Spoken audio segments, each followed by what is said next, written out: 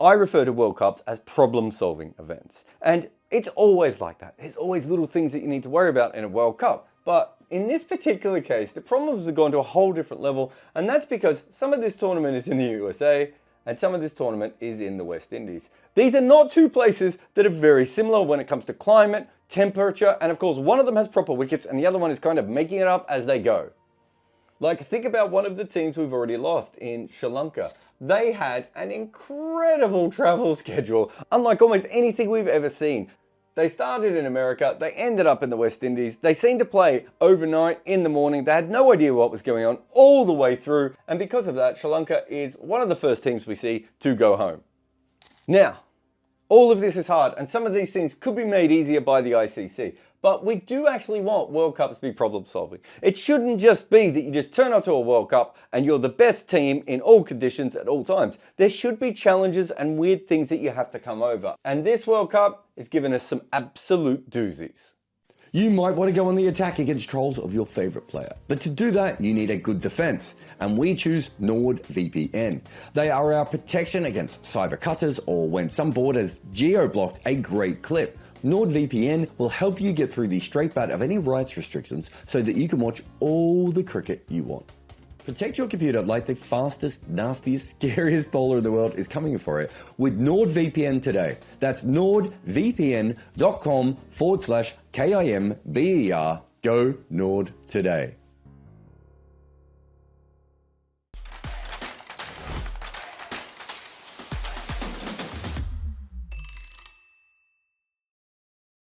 So let's just go through the wickets to start with, right? We've got St. Lucia over here, right? St. Lucia is a proper batting wicket. No arguments there. It's kind of always been a batting wicket. It's not always the highest scoring pitches, but it's generally somewhere that as a bowling team, you struggle a little bit. And we can see that so far, Antigua's been more or less similar. So again, we have two. And so then we've got Dallas. Dallas played day games and it played night games. When Dallas played at night, it was definitely another batting wicket. However, when you played Dallas in the daytime, there was actually quite a lot going on, especially early on with the ball, and it was probably a lot more balanced, and at times, it was actually a pace wicket. It really helped the pace bowlers. So Dallas was many different things in one surface. Now we come to Barbados. Barbados has actually been fairly low scoring at times, although over the tournament it's starting to come up a little bit. You would have to say that Barbados is another balanced wicket, which is actually quite good because that is where they're going to be hosting the final. So that is not the worst thing to have happen. Now we get to this group here. And all of this group, in one way or another, Guyana, Florida, St. Vincent and Trinidad, have all really spun a lot. They're not all the same, though, of course. In some of these places like Guyana and also in St. Vincent, we're seeing a lot of wickets to spin. Whereas in Florida and Trinidad, what we actually saw for the spin bowlers is just better economies. But as a group, these are definitely the wickets that have helped spin bowlers. However, some of those pitches are also in this group over here. So while you can see St. Vincent and Trinidad here, you can also see Trinidad and St. Vincent. And that's because these are really, really bowling friendly wickets. But they're not just bowling friendly in one way. They can help pace and they can help spin. So this on its own is far more varied than you would normally see in a tournament like this. You add in the day-night element and it gets even more confusing. And we are talking about a proper day-night element. We're not talking about in a normal tournament where you might have some games that are slightly earlier in the day and then overlap with night games. You're talking about games in the early morning. You're talking about games at late at night. Completely different. And what it does to the pitches, especially something like Dallas, is obvious. But let's get to some of these other things because there's some really, really interesting things. Like how about this? India has the same time zone all the way through. That's obviously because they want the India games to be played at a time where you can actually see them in India. That's not quite the case with all the other countries. So India know exactly what time they're going to be playing all their games, and it's much easier for things like, I don't know, sleeping. So that's really good for India, but not everything is going to work perfectly for India. Like, what about travel? So they have one game on a Saturday in Antigua, and then they have one game on a Sunday in St. Lucia. Those aren't too far from each other, they're two islands, but it is international travel, and there's also not a lot of time between them. It's awkward, right? But at the very least for India, it does mean that in both of those situations, they are on batting wickets, so they can get a little bit more used to that. Also, the game in Barbados is on a balanced wicket. So from that point of view, that's actually quite handy for them. However, remember that India was also playing on this wicket in New York. And when we're talking about problems, this is probably one of the biggest ones, certainly from a perspective of a normal cricket wicket. So India had to get used to New York. Then when they finished getting used to New York, they had to come up here to St. Lucia and Antigua. Then as we all know, their semi-final is going to be in Guyana. Now that causes its own issues for cricket, which is a different kind of problem solving, which the ICC probably need to get to. But the point being is, if you have a look at this, it means that India have had to play in New York, St. Lucia, Antigua, and then Guyana. Those are incredibly different surfaces. The West Indies is like this normally, and we threw in New York, and we didn't have any idea what New York was going to do. And to be honest, after all those games, it's still not that easy to tell. But of course, India were not the only side who had to spend all that time in New York. What about South Africa? They spent an awful lot of their time in New York as well, which means that they weren't actually really prepared for the West Indies part of this leg. They were like the USA team, even as much as the actual USA team was. So it meant that South Africa spent a lot of their time in New York. And when South Africa finally got on the move, they went to St. Vincent. But of course, they also then have to play all the way up here in St. Lucia and Antigua as well. So they will have played the majority of their games in New York and St. Lucia, Antigua. Those already are completely different places. And of course, the semi-finals, not only is one in Guyana, while the other one is in Trinidad. They won't have played much cricket outside of the one game they played on St. Vincent on wickets like this. So South Africa are playing a completely separate tournament to many other sides. But let's just take one quick step back from all this for a moment. Let's remember also some of the other things that happened in this tournament. Pakistan, right? Pakistan had to contend with rain, which eventually played a part in them going home, but they also had to contend with two other things. Pakistan had poor form from some of their bowlers, and because of that, they didn't really run through sides the way that they should have all the way through. Pakistan also had to play associate teams that they didn't know that much about, and clearly also didn't play that well against them. Also, because this was a low-scoring tournament, it meant that a team like Pakistan, who is a par team, was actually brought all the way down, and a low-scoring tournament should usually help the associates. And then finally, Pakistan also had rain. We saw a similar thing with England, where one rain game can really cause a big issue. So Pakistan have no one to blame for themselves for going home, but they didn't solve really like any of these problems. And what about New Zealand, the other big side that didn't make it? Well, they're quite interesting as well. New Zealand found themselves in the group of death, which was always going to be tricky, and they had to go up against the West Indies and also Afghanistan.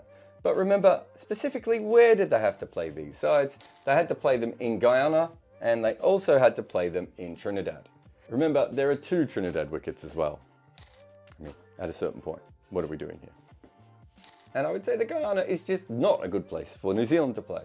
Again, it's up to them. They played these two teams, they had a chance of beating both of them, and they didn't. So they're rightfully going home, because again, they did not solve any problems. Bangladesh, I don't actually know if they even deserve to be in this group, but let's talk about them for a moment here.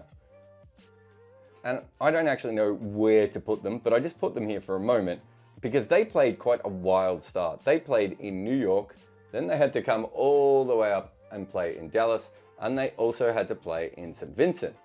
Bangladesh would clearly prefer to be playing on spin-friendly wickets, or the way that they're bowling at the moment, even pace-friendly wickets.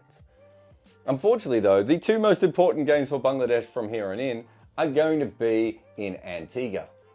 Again, they're going to have to work this out because this is a team that isn't really batting very well. It's going to go to very good batting conditions.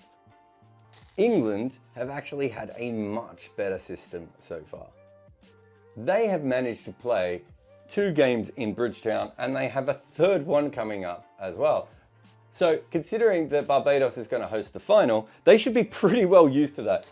Also, they didn't have to worry about any of this USA stuff.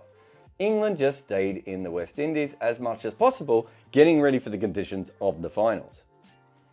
Of course, we can't forget that they also had some trouble with the rain, but they've got past that now. They also have a bunch of games in the higher scoring places, which again should suit their cricket. And that leaves us to the last team on the list here, which is Australia. Again, they've just spent all their time in the West Indies and they completely ignored the USA. And again, they have played a couple of games in Bridgetown already, and so they are more ready for the final if they happen to get there. And before they do that, they're also going to be playing here on the wickets that help them when it comes to batting, right? So Australia's in a pretty good situation also. There is, however, one interesting thing, and it involves Australia and Afghanistan. Afghanistan have basically looked like two different sides at the moment. When they're playing on wickets that really help their strengths, especially spin bowling, they look fantastic. And when they don't play on those, they don't look quite as strong. These two sides are playing at St. Vincent. If Australia does lose to India, that actually gives Afghanistan a very good chance in a good matchup on a good wicket that will help them a lot, especially when it comes to spin bowling. It's another low-scoring game, which also should help Afghanistan more than Australia, who probably just want to whack the ball for six all the time. Now, we've talked so much about all these problems, but we haven't talked about just little things like squad size. How do you prepare for all of these different wickets with these teeny tiny squad sizes that are only there, let's be honest, to save the ICC money? You then have little things to worry about like matchups. This is T20 cricket, and so you want to do matchups. So teeny tiny squad sizes don't really help with matchups at all. And then you've just got basic lineups, right? We have wickets that have been all about pace. We have wickets that have been all about spin. We've had one wicket, at least, that is balanced, and a couple that are really good for batting. Doesn't really help you come with the perfect lineup for this tournament, does it? And of course, squad sizes never help when it comes to injuries. At the moment, injuries haven't played a massive part in this World Cup, but there's still time. And the worst injuries are actually the smaller ones, not the major ones. If you're a big country and you get a major injury, you can at least replace the player. But if someone gets a niggle, you've got all sorts of problems. And again, it's all about problems. Everything really here is about problems. This is what a World Cup is. And this particular one, because of the West Indies and because of the USA, is fantastically interesting all the way through, right? There have been just problems and issues and all sorts of things happening all the way through that have made this a weird tournament. I mean, most of you will not have been able to watch all the games simply because of the time zones. We've had so many low scores and fantastic results from associate teams. We had whatever was going on in New York, but we also had whatever was happening in Dallas. Guyana has been Guyana. Barbados is actually not sure what it wants to be at the moment. But to win the World Cup, you do really have to overcome all of these different things. Every single team has a different scheduling issue, or a different pitch issue, or a different bad matchup, or rain, or low scoring wickets, whatever it may be. It really has been one of the trickiest World Cups to ever play. Whichever team from down here ends up holding that trophy, they will have overcome a lot of absolute nonsense, and we wouldn't have it any other way. This World Cup you can catch us every single day over at Jarrod Kimber Live. It is like the videos here, except they come out quicker and I forget what I'm saying occasionally. We have sometimes up to 3 videos a day on that channel, but we usually just have our scoreboard and normal podcasts. But you know, sometimes when a game is good, I just gots to go live. So gorge yourself over at Jarrod Kimber Live on my, I don't know, liveness?